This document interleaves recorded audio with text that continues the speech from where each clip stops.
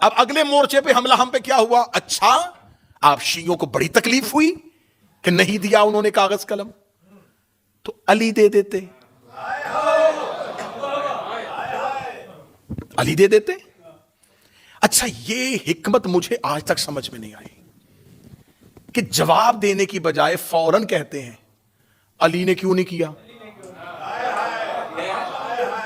علی نے تلوار کیوں نہیں اٹھائی، علی نے یہ کام کیوں نہیں کیا، علی نے یہ کام کیوں نہیں کیا۔ اچھا چلے آئیں، کہتے ہیں جی کہ اس وقت ایک ترک ہے بخاری کا جس میں اس نے لکھا ہے کہ اس وقت حجرے میں صحابہ اور اہل بیت، لیکن جو ہمارے محدثین نے بتایا انہوں نے کہا وہ اہل بیت سے مراد اہل کساں نہیں، بلکہ اہل بیت سے مراد جو گھر میں لوگ رہتے تھے وہ اس وقت حجرے میں موجود تھے، ان میں ازواج بھی ہو سکتی ہیں، اور نبی کی 2 بیویوں کا وہاں پر ہونا اس حدیث میں ظاہر ہو رہا ہے، کیونکہ اس کی اگلی روایت جو ہے اس کے آگے جو چلتی ہے اس میں بیان ہو رہا ہے ان 2 نبی کی بیویوں کا وہاں پر موجود ہونا۔ تو ہمارے محدثین نے لکھا کہ وہ اگر گھر والوں کی وجہ سے ہے، یہاں پر علی موجود نہیں ہے، چلیں مان لیا تم کہتے ہو کہ علی کو دے دینا چاہیے تھا۔ رسول نے اگر علی سے مانگا ہوتا، سر نہیں ہلائیے گا میں دفاع کر رہا ہوں تمہارے مذہب کا، رسول نے جب جہاں جہاں حکم دیا علی کا نام لے کے دیا، یا علی خیبر میں جائیے، یا علی بستر پہ سوئیے، یا علی سورہ برات کی تبلیغ کے لیے جائیے۔ رسول جب بھی حکم علی کو دیتے تھے تو مخاطب کر کے دیتے تھے، یہاں پر تو رسول نے یہ نہیں کہا اے علی مجھے کاغذ قلم دیجئے، کہتے جی اچھا اگر علی کو نہیں دیا تو موجود تو تھے نا، تو جب سب موجود تھے تو اس کا مطلب پھر علی کو دے دینا چاہیے تھا، علی کا نام نہیں لیا تو جس کا آپ انکار کر رہے ہیں اس کا بھی نام نہیں لیا، اچھا اس کا بھی انکار میں نام نہیں لیا، تو اب آیا ہے خود اپنے ہی جال میں سیا کہ جب رسول نے اتنے حجرے میں لوگوں میں کسی ایک کا نام نہیں لیا تھا تو جواب ایک نے کیوں دیا؟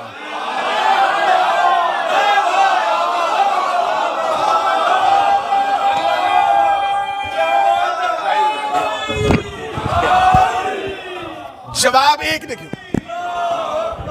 معذرت،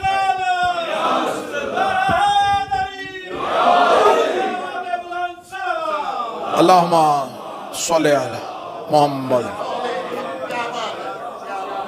جواب بتا رہا ہے کہ مخاطب کون تھا،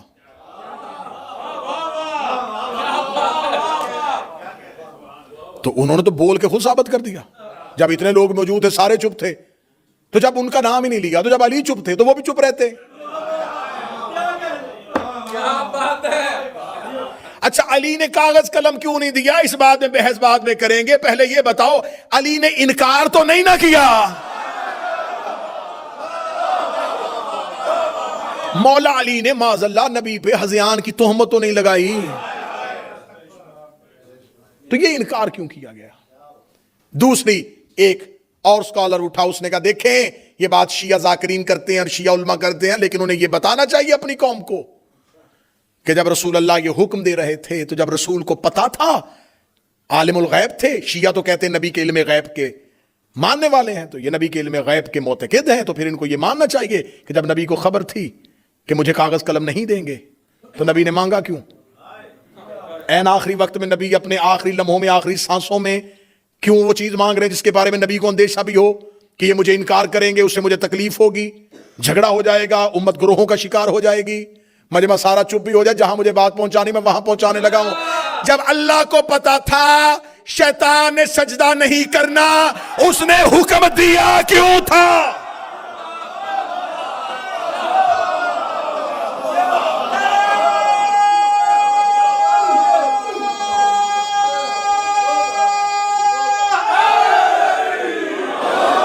نبی کے علم غیب بعد میں آئیں گے کہ نبی کا علم غیب جو ہے وہ کوئی فرقہ مانتا ہے، کوئی فرقہ نہیں مانتا، لیکن اللہ کو عالم الغیب ہر لا الہ الا اللہ پڑھنے والا مانتا ہے کہ اللہ غیب کا عالم ہے، اللہ غیب کا علم رکھنے والا ہے، وہ غیب کے سارے پردوں سے واقف ہے، وہ غیب سے سارے رازوں سے واقف ہے۔ جب اللہ کو پتا تھا کہ فرشتوں کی محفل میں ایک ایسا بیٹھا ہے جس نے انکار کر دینا ہے، تو اللہ نے سجدے کا حکم کیوں دیا تھا؟ اللہ کو پتا تھا کہ اس کے دل میں آدم کا بغض ہے، اس کے دل میں آدم کے لیے نفرت ہے۔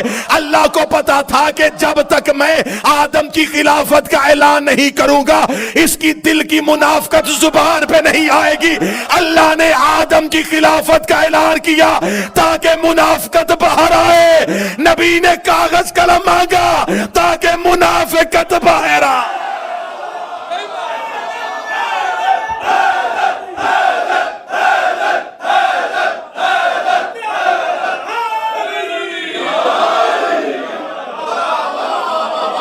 کیوں اللہ نے حکم دیا؟ اللہ نے حکم دیا تاکہ منافقت باہر آئے. تو یہ رسول اللہ ہے, یہ رسول اللہ ہے. یہ بھی وہی کرتا ہے جو اللہ کرتا ہے, بلکہ اللہ اس سے وہی کرواتا ہے جو وہ خود کرتا.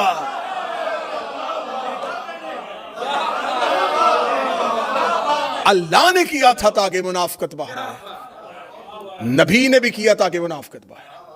اللہ سجدے کا حکم نہ دیتا. حسینیہ بریڈ فورڈ گرد و نواح والو, برطانیہ والو, جملہ بہت مشکل سے قبول ہونے والا لیکن کرنا. اللہ اگر حکم آدم کے سجدے کا نہ دیتا تو آج تک شیطان بھی علیہ السلام ہوتا.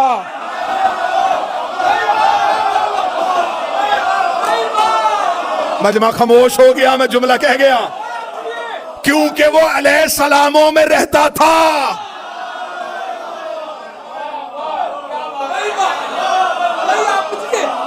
اگر اللہ حکم نہ دیتا وہ آج تک نہ ہم سے پکڑا جاتا.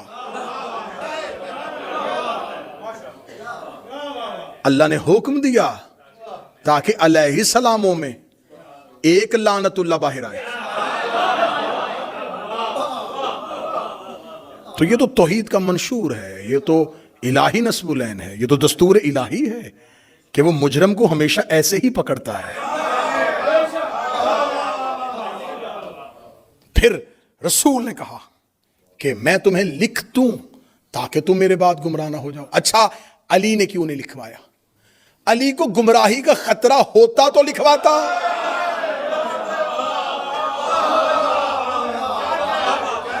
لکھوا لیتے, علی تم لکھو قرآن کی حاشیے میں کہ علی کو گمراہی کا اندیشہ تھا. علی تو معصوم ہے. تو رسول نے ساتھ ہی کہا تھا کہ وہ لکھوائے جس نے بعد میں گمراہ ہونا ہے. سرنا ہلانا زبان سے بولا, میں محنت کر کے پڑھ رہا ہوں, تم علی کی بات کرتے ہو. سلمان نے بھی نہیں لکھوایا, عمار نے بھی نہیں لکھوایا, مقداد نے بھی نہیں لکھوایا. جب ڈاکٹر نسخہ لکھتا ہے تو بیمار ہاتھ آگے کرتا ہے.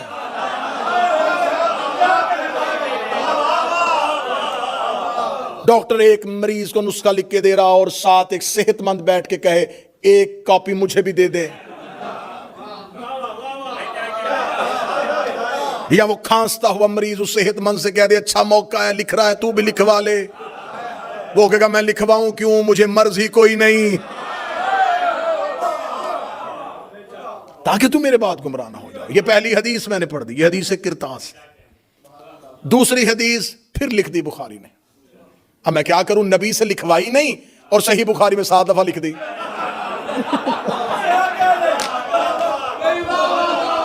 نبی سے قبلہ ترابی صاحب نبی سے ایک بار نہیں لکھوائی. اللہم صلی علی, نبی سے ایک دفعہ نہیں لکھوائی اور بخاری میں بار بار لکھ دی. چلے میں, کیونکہ یہ ویڈیو کیمرے کی موجودگی میں بات ہو رہی ہے, تو یہ جو حدیث کرتاس ہے یہ بخاری میں پہلا اس کا حدیث نمبر 1143168 دوسری جگہ پہ آئی, 4431 تیسری جگہ پہ آئی, 4432 چوتھی جگہ پہ آئی, 7366 یہ 5ویں جگہ پہ آئی ہے, 3053 اور 5669 یہ ہے 7 وہ حدیثوں کا نمبر جس میں بخاری نے حدیث کرتاس کو لکھا. اب میں جو حدیث آپ کے سامنے پڑھنے لگا ہوں, اس حدیث کو پھر بخاری نے 6576 پہلا نمبر, 2367 دوسرا نمبر, 6582 تیسرا نمبر, 6585 6586 پہ بھی یہی, 6587 پہ بھی یہی, 7048 پہ بھی یہی, 7049 پہ بھی یہی اور 7051 پہ بھی یہی. یہ اگلی حدیث میں پڑھنے لگا ہوں. پہلی اتر گئی جی, کیا بات ہے, بہترین اتری, کیا بات. رسول نے کہا لکھ دیں انہوں نے کہا ہمیں نہیں لکھوانا. کیوں؟ حسبنا کتاب اللہ، ہمیں اللہ کی کتاب کافی. رسول نے ایک حدیث کہی ہے انی تارکن فیکم الثقلین، میں تمہارے درمیان دو چیزیں چھوڑ کے جا، کتاب اللہ و اطرتی اہل بیت، ایک اللہ کی کتاب اور ایک میری اطاعت. اس حدیث کو بدلا نہیں، رسول نے کہا میں قرآن چھوڑ کے جا رہا ہوں اور سنت چھوڑ کے جا رہا ہوں. اچھا رسول چیزیں دو چھوڑ کے جا رہے ہیں، قرآن اور سنت، اور جو حجرے میں شخص کھڑا ہے وہ کہہ رہا ہے ہمیں صرف قرآن چاہیے.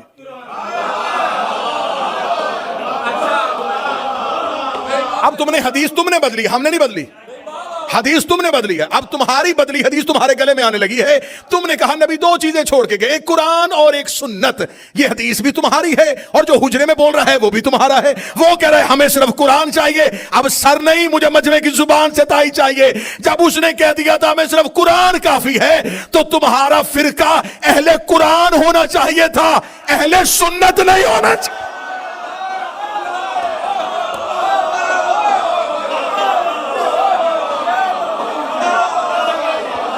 فرقے کا نام ہونا چاہیے تھا فرقہ اہل قرآن،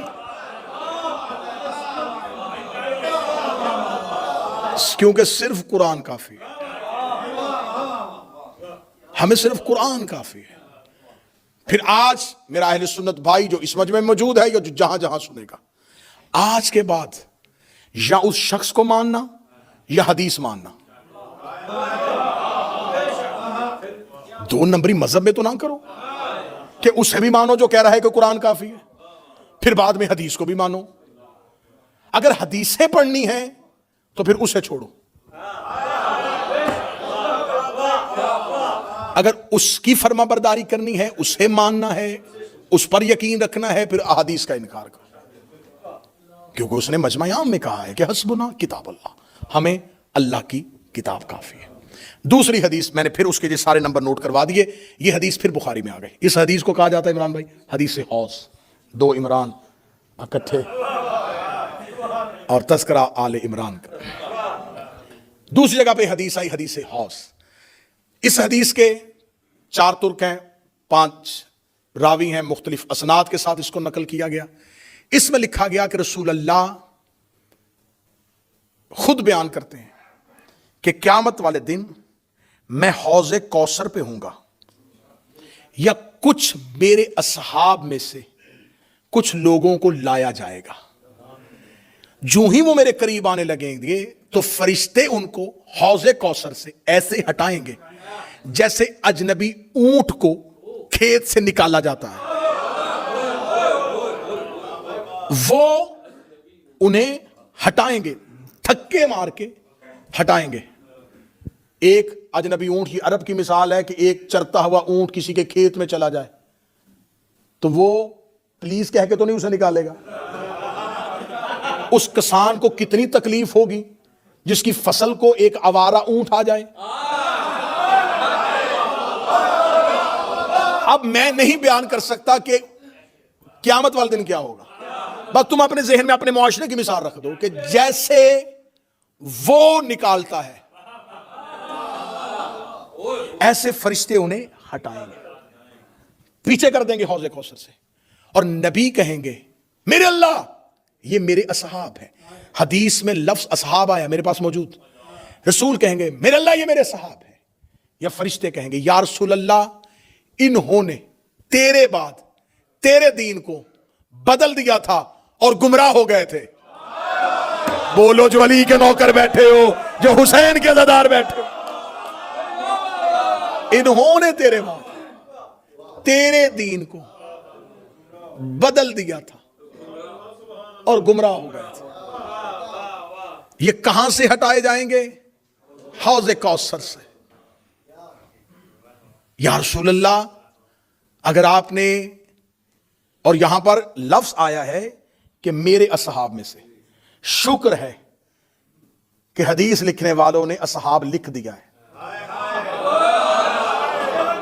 یہ اس علمی جرت کو سلام کرنا چاہیے کہ یہاں اصحاب لکھ دیا ہے کہ میرے اصحاب میں سے کچھ لوگ آئیں گے جن کو ہٹا دیا جائے گا. انہیں طوبہ سے نہیں فرشتوں نے ہٹایا، فرشتے پہنچاتے پہنچاتے انہیں حوض کوثر تک لے آئے. جب ان کو ہٹانا ہی تھا تو فرشتے تو معصوم ہیں, انہیں محشر کی عدالت میں پہلے ہی ہٹا دیتے. وہاں نہیں ہٹایا, توبہ پہ نہیں ہٹایا, جہاں نامہ اعمال تل رہے تھے وہاں نہیں اٹھایا. حوض کوثر آخری چیک پوسٹ ہے جنت کے باہر.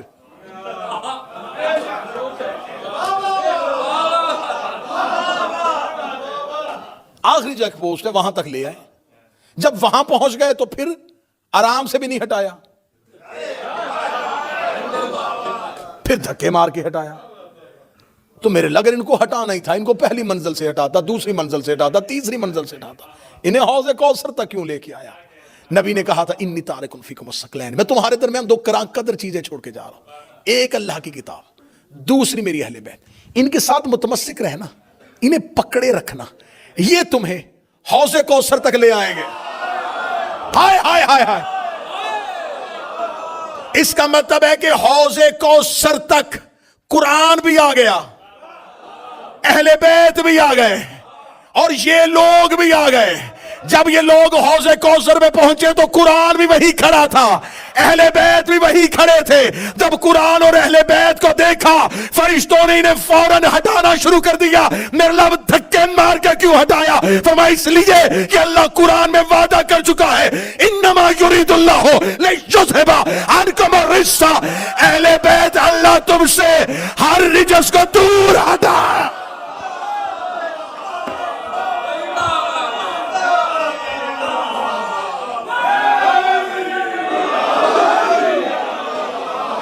یہ ہے حوض کوثر. اس حدیث کو کہا حدیث حوض, حوض والی حدیث. حوض کہتے ہیں تالاب کو. اس چشمے کا نام کوثر نہیں ہے.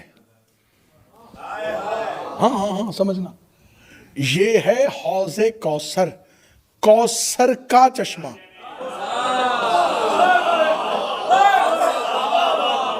اس کا اپنا نام کوثر نہیں.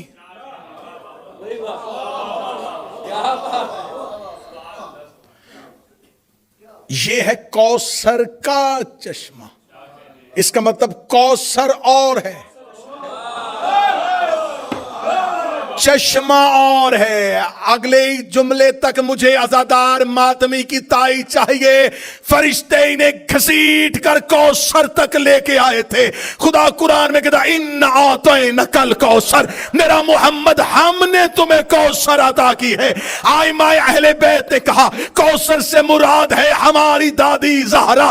اس کا مطلب یہ ہے زہرا کا چشمہ, یہ ہے زہرا کا چشمہ. بندے زہرا کے چشمے سے ہٹائے اس لیے گئے کہ محبت نبی کا دعویٰ کرتے تھے, دشمنی زہرا سے کرتے.